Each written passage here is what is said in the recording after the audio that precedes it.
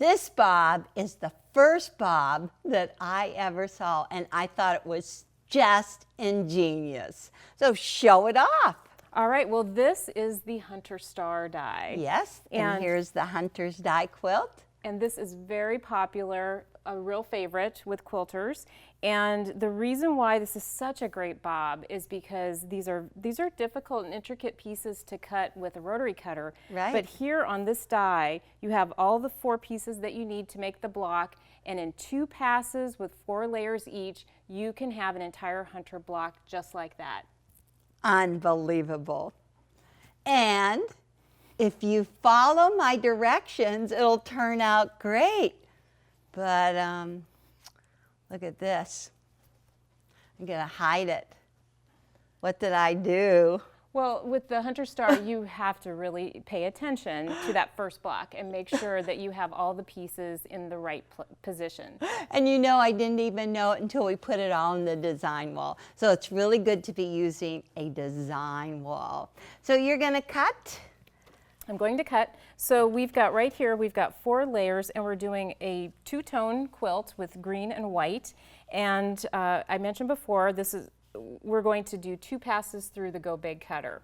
So we've got our mat here, and just a little tip, if you're making a lot of Hunter Star quilts, it's a good idea to get 2 dies, because with the Go Big cutter, you could have 2 dies running at one time. Why not? And then you could be cutting an entire block in just 1 pass. You know what? I like that idea. I could have 2 dies of everything going. I think it's a great idea. That's a good idea. Okay, so slide it off very carefully, because you want to keep those pieces all organized, and just peel off that waste. We're getting a pretty good pile of scraps, aren't we? We are. I got to put those here. I'm saving them for later. Okay. All right, so then we'll remove these. I'm going to give these to you. All right, and I'm going to show, I did already set them out, just so I could do it when I was thinking clearly. So I just want to show you the 2 blocks that we make. It looks like this. Actually, it's the same block. What am I talking about? It's the same block like that, only 1/4, but then whenever you turn one, and you put it together, then you can see that star starting to form right there. So this is what I did. I laid out all of my pieces right side up. And you know what? It's great to use batiks because you can't tell the right from the wrong side. Works out perfect. So just look at this. First it's the large triangle, and let's think light white. And then the trapezoid comes right up like this, like that. It's going to be touching that. So it's white and white. And then these little pieces here, this is what's tricky. When you look at this green, the opposite color, do you see a straight dog ear there? And it looks like an angled dog ear on the outside edge. Well, they're actually the same pieces, but it's just the way you turn them. So the straight edges always go in towards the middle. Okay, is that good? That is a key thing to remember. Good thing to remember. Okay, so I'm just going to take this, and I'm just going to flip this right sides together, and it's kind of interesting what happens. Now you're going to know right away that that straight edge lines up, and then down here it looked like the angle, but now let me see if I can push that closer. Okay, so then it looks like that. So I'm going to just show you. You can't make a mistake. I'm just going to switch it around. Okay, and so you try to put it together, and you go, oh my gosh, I just can't get it together. It's just not lining up. Okay, you better put that straight piece in there, like so. You won't make a mistake. Okay, so let's just flip it up, and I'm going to line up at the top and at the bottom, and I'm going to use that 1/4 inch seam. I've got the sew straight on, and it's going to help me make a perfect 1/4 inch. And that's it. You've got to always use a 1/4 of an inch seam on your AccuQuilt or else it just won't work. Okay, lining it up, critical. It looks tough, but you know what? Look how simple whenever you look at the directions. Ooh, okay. So let's just line that up. Keep the tip right here, going along that line, and then when you switch on to the bobbin cover, keep it going straight. Okay, so let's just show you one. Okay, cut it, and now it looks like the right side, from the right side. So we're just gonna open it and press it toward the dark. Yep, okay, that's good start. And now we're gonna take this one again, and remember, so you remind them, Lynn, what's this supposed to look like? That is supposed to be straight. That's straight. And then you want your other, the angled one goes away from the trapezoid. Yeah, okay.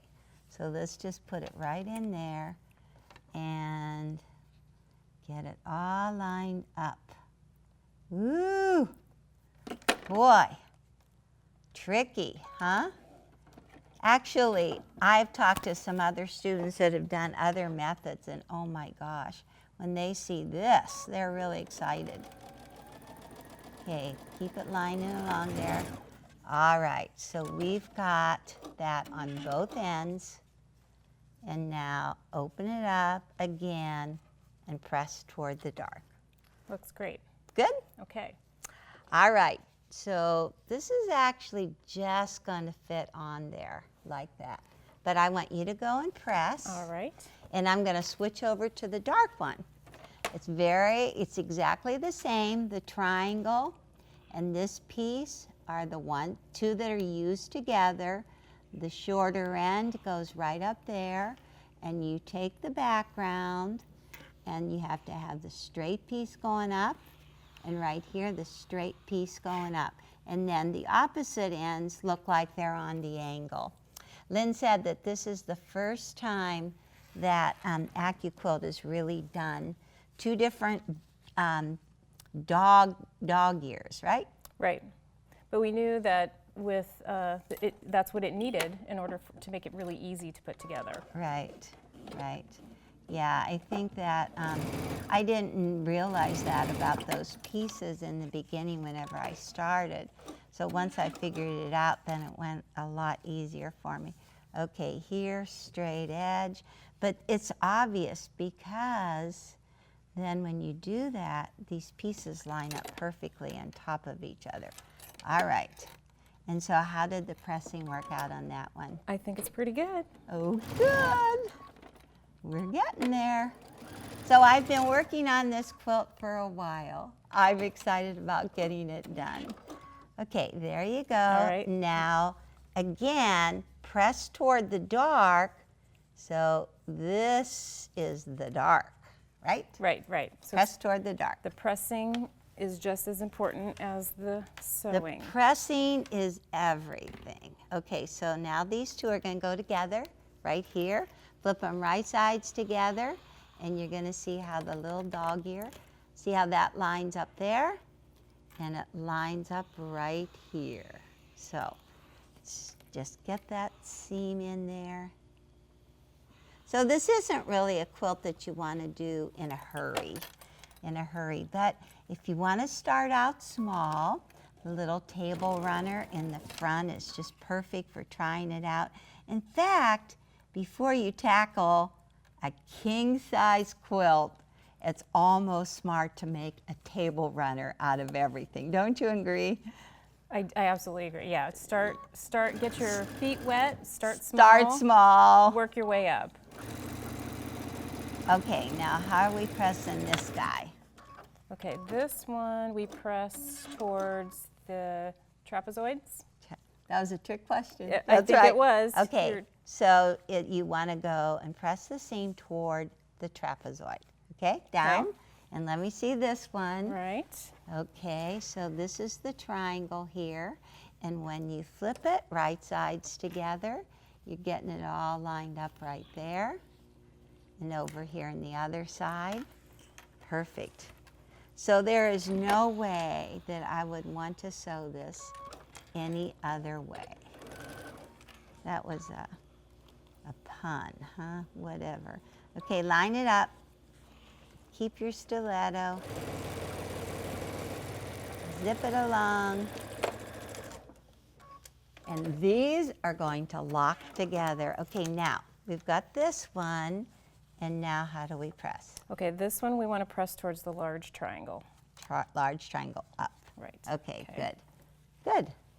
So whenever we finally get these all together, when you flip them right sides together, what we're trying to do right here with our pressing is make sure that these lock right in here.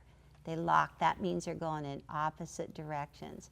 And down here at this point, it's very important also that they lock. They're going in opposite directions.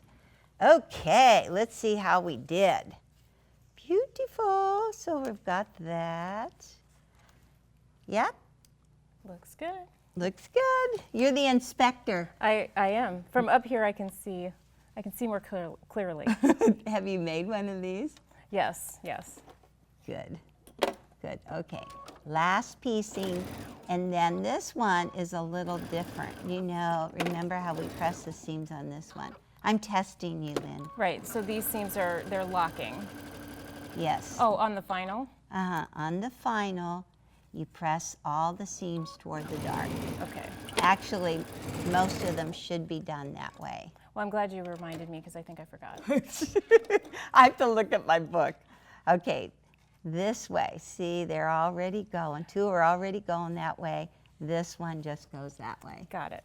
Okay, Cool. thank you. And let me just grab this one and sew it together so I can impress you. This is only half of it. We need to have all four done, but let's just get it lined up and lock it in. You know, my ladies in Julian are so funny whenever I work with them. They said, how come that Eleanor makes us lock here, but when we're at home, we don't?